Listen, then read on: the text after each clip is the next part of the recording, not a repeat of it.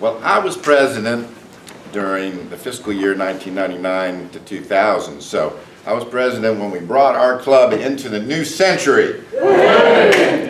Unfortunately, I have no memory of what we did.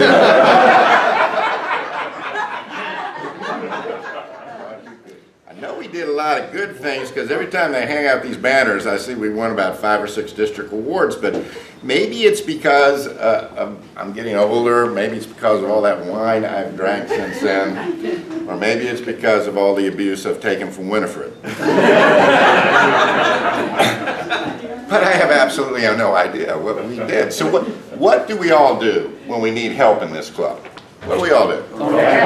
Call Chan. Call Chan Zucker. We call the backbone of this club, Chan Zucker. And believe it or not, Chan has saved every Rotary bulletin since about 1990 in his library. So what do? You get all the bulletins from your year and you read through them, and that pretty much tells you what you did, what you achieved.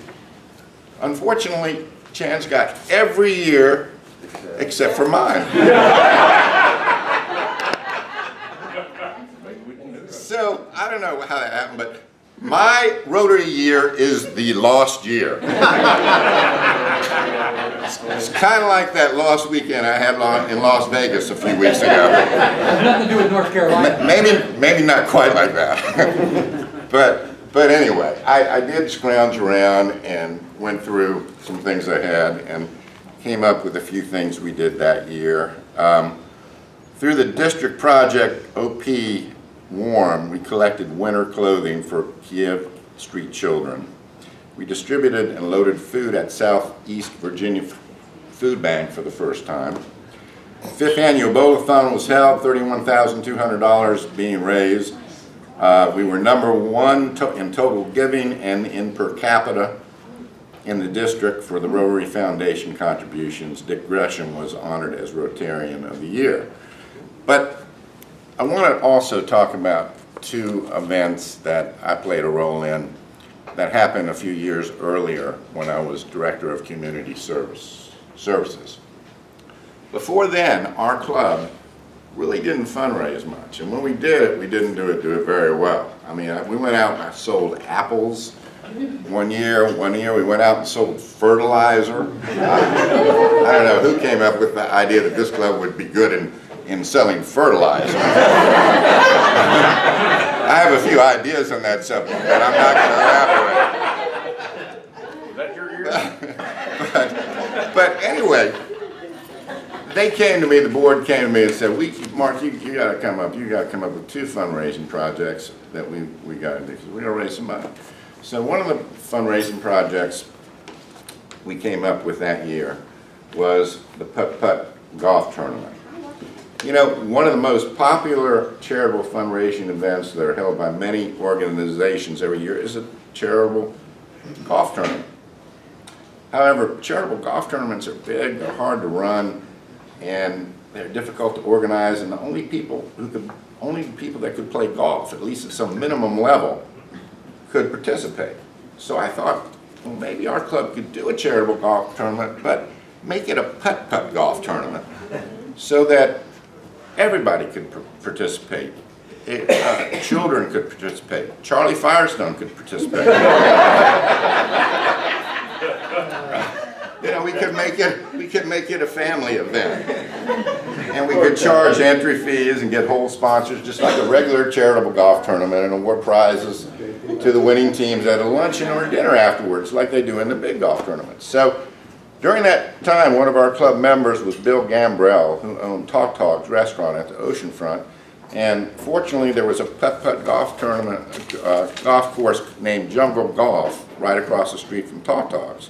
So I talked to Preston Midget, who is manager and owner of Jungle Golf, who agreed to let us set up whole sponsors, allow us to hold a golf tournament on the course for a discounted admission charges so we could take part of it as an entry fee. And Bill Gambrell graciously agreed to provide a luncheon to the putt-putt golf participants after the tournament at a minimal price, and he even donated a free keg of beer at his Talk Talk's restaurant. And the first putt-putt golf tournament collected over $2,000. It was a fun family event. Over the years, a silent auction, which has now become a silent wine auction, was added to the after-tournament festivities in order to raise additional money. And the funds raised by the putt-putt golf tournament are used to give Best Teacher Awards to deserving teachers in Kempsville High School and Lansdowne High School, and the Virginia Technical and Norfolk Technical Center education centers. And so it's been successful. It's continued each year, and it's a fun thing for us to do. So that was one fundraising event we came up with that year. Next meeting, or I guess not the next meeting, but 3 meetings from now, you have to attend, because we're going to talk about the origin and the evolution of the bowl-a-thon. All right. Has written thousands of articles for newspapers and magazines over the past 25 years, including profiles for Coastal Virginia Magazine, Virginia Living, and Blue Ridge Country. His writing credits also include articles in the Virginia Pilot. He's currently an award-winning columnist and writer for the Bristol Herald Courier, and lives near Bristol, Virginia, with, in his words, his lovely wife, Mary, and their 2 children, Abigail and John. Yet he often returns to the area to visit his parents, Richard and Jeanette Tennis, who have lived at Virginia Beach for 15 years. Joe is a graduate of Kensville High School, Tidewater Community College, and Radford University. He has 10 books published, and we are so fortunate because he's here today to speak on his most recent works. Please welcome Joe Tennis.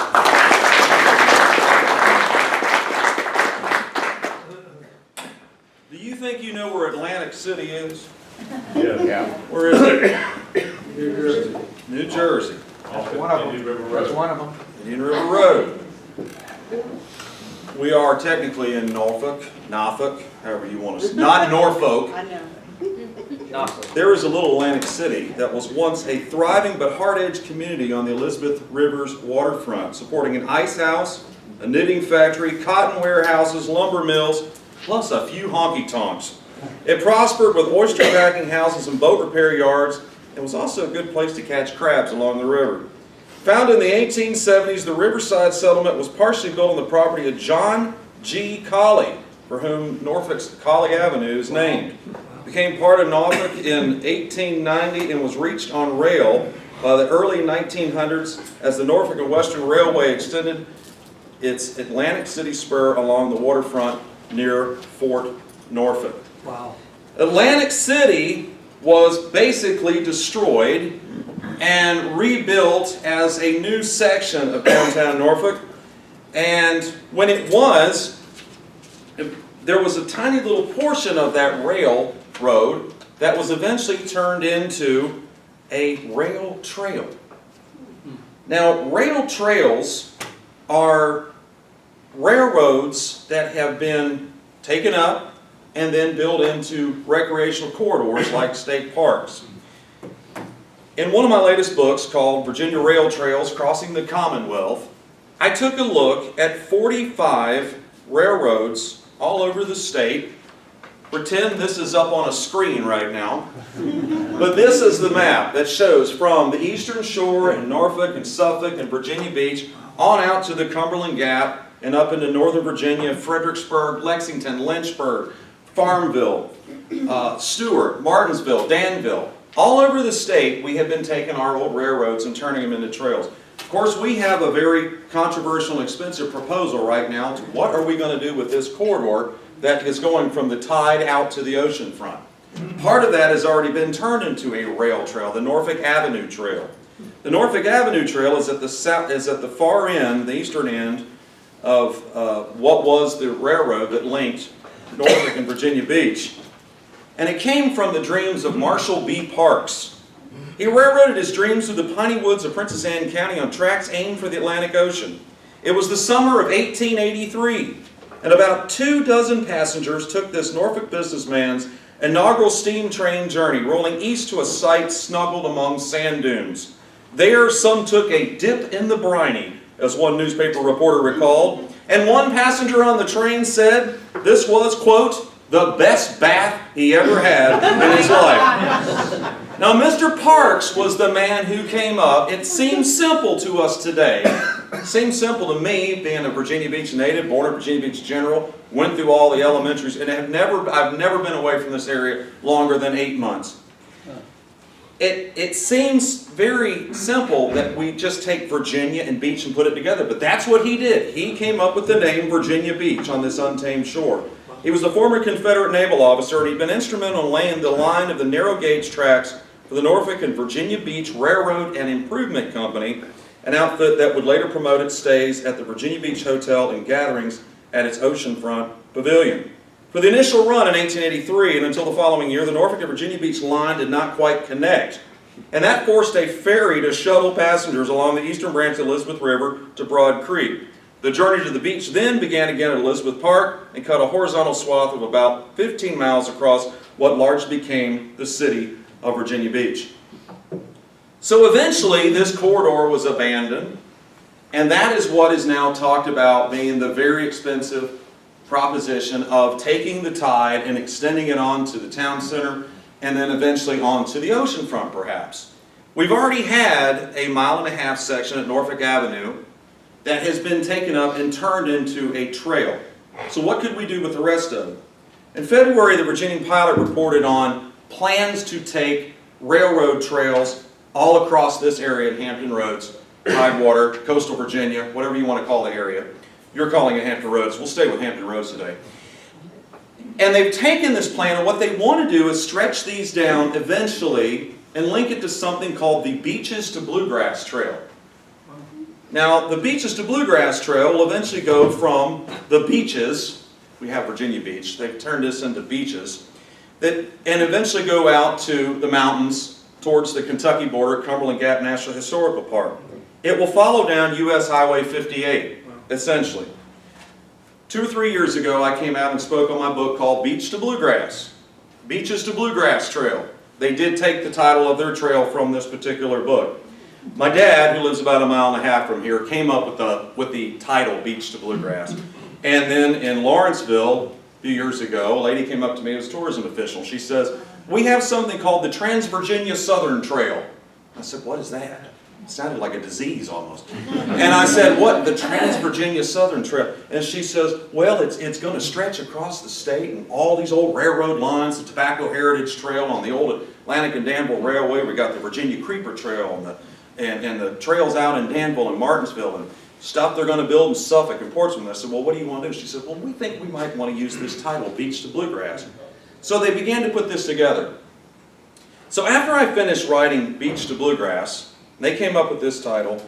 I went on and eventually came up with Virginia Rail Trails and studied all these corridors. As I was doing that, it was a very interesting proposition because I was able to talk about Route 58 again, but also these are trails with tales. These are stories that have train wrecks. They have Civil War stories tied to them. There was a railroad that was shut down during World War I. It was nationalized.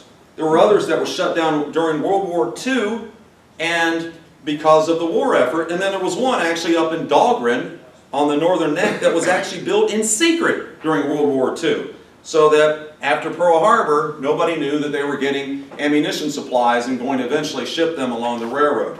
So today as you walk along these corridors, you have these very interesting stories. This isn't just a typical walk in the woods to nowhere. These are stories and passing through big trestles and tunnels and such. In places like Danville, where you had the wreck of the old 97, today you can walk in the path of where Jefferson Davis was retreating from Richmond in 1865. And as he was going down to set up what became known as the last capital of the Confederacy, you can actually walk or bicycle down the Richmond and Danville Rail Trail. You can go down across the High Bridge out in Farmville. The High Bridge was a gigantic bridge that was built back in the 1850s because the people of downtown Farmville came up with $100,000 in railroad stock. And they said, "Do not bypass our town. Here's some money." So they decided to take a bridge and they linked it across this valley. Now, where the Appomattox River is right there, on this side on the eastern side of Farmville, the river is only 60 to 70 feet wide, which is not much bigger, maybe a little bit bigger than this room. But the valley is half a mile long. What she turned out to be is this gargantuan bridge, the High Bridge. And the High Bridge was noted by C.O. Sanford, who was the chief engineer for the South Side Railroad that linked Petersburg out to Lynchburg. And in the 1850s he wrote, "There have been higher bridges not so long, and longer bridges not so high. But taking the length and height together, this is perhaps the largest bridge in the world." On April 6th, this half-mile long structure was attacked by the Union. They thought, if we can destroy this, the Confederates will stop them in their tracks, literally. Well, the Confederates stopped them, and then they ran across and got on the western side of this bridge. And then that's when the Confederates started torching the bridge. But the Union figured out they could get across the river on a little wagon bridge, and I think we know what happened on April 9th of 1865. That was the end of the Civil War.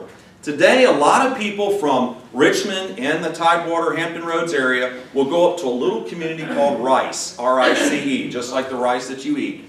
Get on their bicycles, go over about 8 miles to downtown Farmville, have lunch. They will go across the big High Bridge and then come on back, about a 16-mile round-trip journey. This is what the state is hoping to do to recreate the economy in a lot of the South Side area and the Piedmont area with these old corridors. The Tobacco Heritage Trail, for one, is built on the old Atlantic and Danville Railway, and it is now a 17-mile unbroken structure that goes from South Hill and Interstate 85 all the way out to Lawrenceville for 17 miles, and it's a beautiful corridor past Great Creek where you can actually ride your horses out for several miles along the way. And there's a lot of other developments across the state. The Blue Ridge Tunnel, it's about almost a mile long. It's a part of Nelson County and going over to the Stanton area. And it's been under construction for many, many years. It's going to take a few more millions of dollars to eventually make this corridor where you can actually walk under the Blue Ridge Mountains and go through this Blue Ridge Tunnel that was built back before the Civil War. And then you have the B-Rock Tunnel that's out between Big Stone Gap and Appalachia. I say Appalachia. You may say Appalachian. The reason I know that the B-Rock Tunnel, first off, took its name for a nest of honeybees. When they were building this trail, this railroad between Appalachia and Big Stone Gap in Wise County, Virginia, out in the mountains, over near the Kentucky border, they dislodged a nest of honeybees, and one guy said, "How are we going to call that the B-Rock?"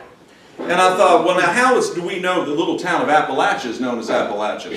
I was speaking to a Kiwanis club up in Dickinson County, Virginia one night, and the cook looked at me and she said, "I've been hearing you talk about how all these places take their names and all this stuff. Do you know how Appalachia took its name?" And I said, "Well, it's from the Spanish and the Appalachian tribe." And she's shaking her head. She said, "Oh, no, honey, I don't know about all that." No, the story comes from a woman, and she was out with this man, her husband, and she didn't get along with him. And they was a fighting and cussing and carrying on. She said, "You better watch out, I'm going to throw an apple at you." One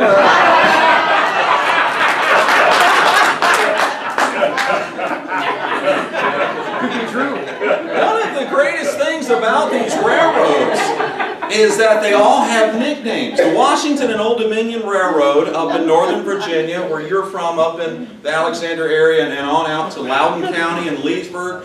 This is 45 miles long, 3 million visitors a year, W&OD, Washington Old Dominion. But after a while, was breaking down all the time. It shut down in 1968. They called the W&OD the Wobbly Old and Dilapidated. The Danville and Western was known as the Dick and Willie out in Martinsville. So today you can ride out on the D&W, the Dick and Willie Passage Rail Trail out in Martinsville, Virginia, right on 58. So what I wanted to tell you in summary was that while I had worked on Virginia Rail Trail, since I've come back, I've done a second edition of my book that I talked about a couple of years ago, called Along Virginia's Route 58, True Tales from Beach to Bluegrass. In a nutshell, the publisher of the original book, when they put it out in a square shape, that's a very unique shape of a book. This little publisher in Tennessee decided they were kind of downsize and practically go out of business, and little square-shaped books were going to cost a lot of money to reproduce. So I was even suggested by that publisher, you're probably going to get some more mileage out of this book if you decided to update it with some more stories and some more photos. So I decided to take the liberty to do that. And what I also want to do was actually talk about that Beaches to Bluegrass Trail and how we're going to link eventually Virginia Beach and Norfolk and Suffolk on out to the Cumberland Gap National Historical Park, following down these wonderful, beautiful corridors that will also, again, follow the Highway 58 corridor as well. This is kind of a mirror of what North Carolina has, the Mountains to Sea Trail, that's going to take you from the high country out to Hatteras on the Outer Banks. They have this plan, and also South Carolina has the Palmetto State Trail, and it's going to go from Walhalla area out in Oconee County, out near the Georgia border, on out to the coast as well. One of the things that's great about the rail trails is that they stretch from a couple of hundred feet up on the Blue Ridge Parkway to 57 miles, which is the New River Trail State Park. And I always like to wrap up when I talk about rail trails with the first rail trail that I ever got acquainted with was in 1992. When I was a college student up at Radford University in 1992, I was told to go write an article about the Huckleberry Trail, which was built on the old Huckleberry Railroad. It was the Virginia Anthracite Coal and Railroad Company. It was known as the Blacksburg branch of the Norfolk and Western Railway. Now, but everybody called it the Huckleberry Railroad. In fact, in a lot of my research, I would find articles in the 1950s when trains would wreck, and they didn't say it wrecked on the Blacksburg branch. They said, no, these wrecked on the Huckleberry. But why was it called the Huckleberry? Well, there was a guy who was in Blacksburg, and he was a fruit seller. He had bananas, apples, oranges, peanuts, whatever you wanted, except nobody wanted it. And they went up to Bill Bland, and they said, Bill, what's wrong? Why can't you sell anything? He says, "'Cause that train, them boys is riding in from Christiansburg there and into the tech campus to cadets." And they said, yeah. And they said, "And when they come along, the train is a-running so slow they jump off, and they picking huckleberries and jump back on, their bellies is full. They ain't gonna buy nothing from me." How slow did this train run? One wise guy said, you know what we ought to do? We should take the cow catcher off the front of the train. Yeah. We're going to put it on the back of the train. That way the cows don't overrun the train. There was one little girl, and she came up and she said, she looked at the conductor and she said, I'm too young to have a ticket. Can I ride the train for free? and that man, he looked down at her and he said, "Oh, honey, that'd be just fine. You don't go take up much room. Just have a seat." So she sat down, she's looking out, the cows are running, the cadets are jumping off, and she's huffing and puffing after a while, and he looked at her, he was worried about her. Time she got off the train, he said, "Well, you look as mean as a steam train. Are you going to be okay?" And she looked up at him and she said, "No, I'm too old to have a ticket." Thank you all very much for letting me come here and speak. Joe, stay by me for a few moments. We got two little pieces of business to do. Yes, sir. The latter is going to require you. Yes, sir. But I would like to ask Clanice if she could give us the results of our election, Sure. please. Congratulations to Dick Gresham and Shannon Zucker.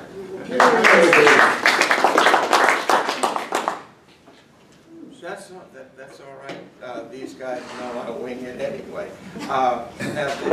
This is a very important piece. No, this is a very important piece. We would like to add to your collection. Thank you. Thank you for a wonderful, wonderful presentation. Four-way test is on the back of that, and if you would please draw. Don't pick his number, he won before. Don't draw any of these numbers. And if you would read the last three digits. 707. That's the wrong one. 707. Thank you, Joe. Traveler. Giving your crap. Thank you. Good boy, give her a- Be a gift.